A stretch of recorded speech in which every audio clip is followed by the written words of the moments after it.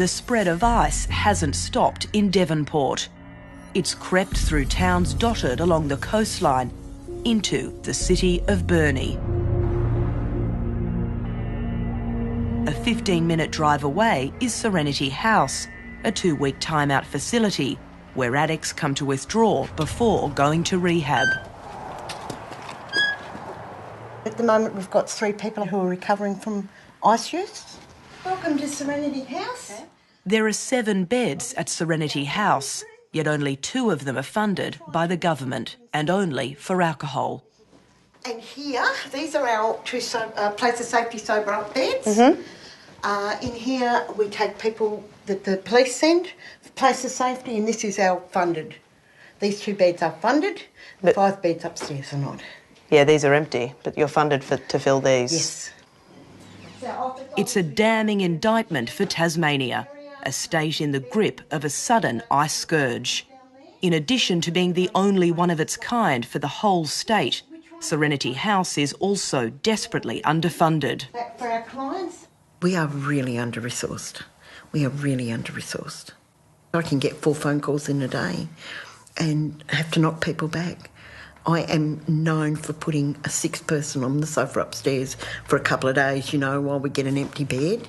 I'd do that rather than knock someone back who was in real crisis. Bradley, a poly-drug user and a recovering alcoholic, has been to rehab 4 times for crystal meth.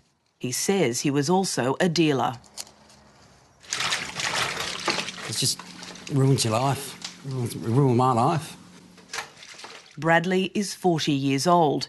He's lost all but 3 of his upper teeth. How'd you lose them? Just drugs. And I end up pulling them all out myself. It's like some people pick their hands. They got insects in there. Well, I had a thing of pulling my teeth out and I only had 3 left. How did you pull them out? With a pair of pliers. You're just sitting at home and you rip your teeth out of your head? A pair of pliers. That's what ice can do to you. I've just, yeah. At 10 a.m, Jeanette takes the residents of Serenity House to group therapy at the Bridge in Burnie, a drug and alcohol treatment program. It's where we meet Kim. With me, I have a good Kim and a bad Kim sitting on the shoulder, and I have these fights, and it goes on all day. It's weird. What I've seen ice do to her brings me to tears. Brings me to tears to see her. This drug is addictive, very, very addictive. I don't care what anyone says. And people reckon you can't hang out for it. Oh, yes, you can. Believe me.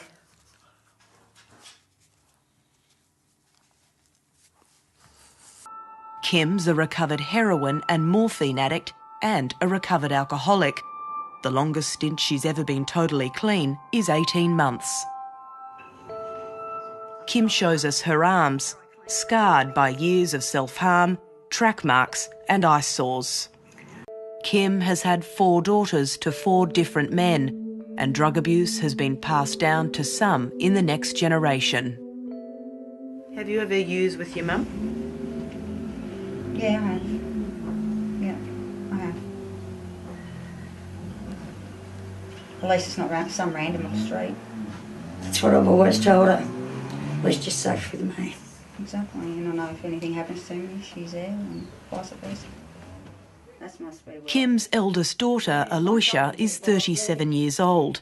Mother to 3 sons, she says she's stopped using. She's 13 weeks pregnant. But drugs are all around her. Her ex-partner and her son have repeatedly torn through her house in meth rages. This is my hallway of destruction. Okay. That one and that one, my ex-partner coming down off Riblin. My son, who I think was on ice, that in one kick. It's gone right through the wall into your room. Yep. It's a lot of violence and chaos to live in. It is. It's awful. Well, in your world, in your life, in this town, are using ice and speed and... Yeah, it's everywhere you go, everywhere. Everywhere, it's crazy. So, Kim, we're looking at 3 generations. Sad, isn't it? It's something Kim is deeply ashamed of, but she's suffered herself, both sexual and physical abuse since childhood. I don't like myself very much.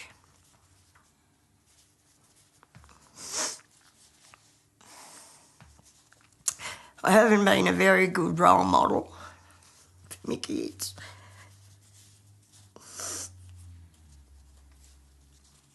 It seems like everything I touch, I muck up.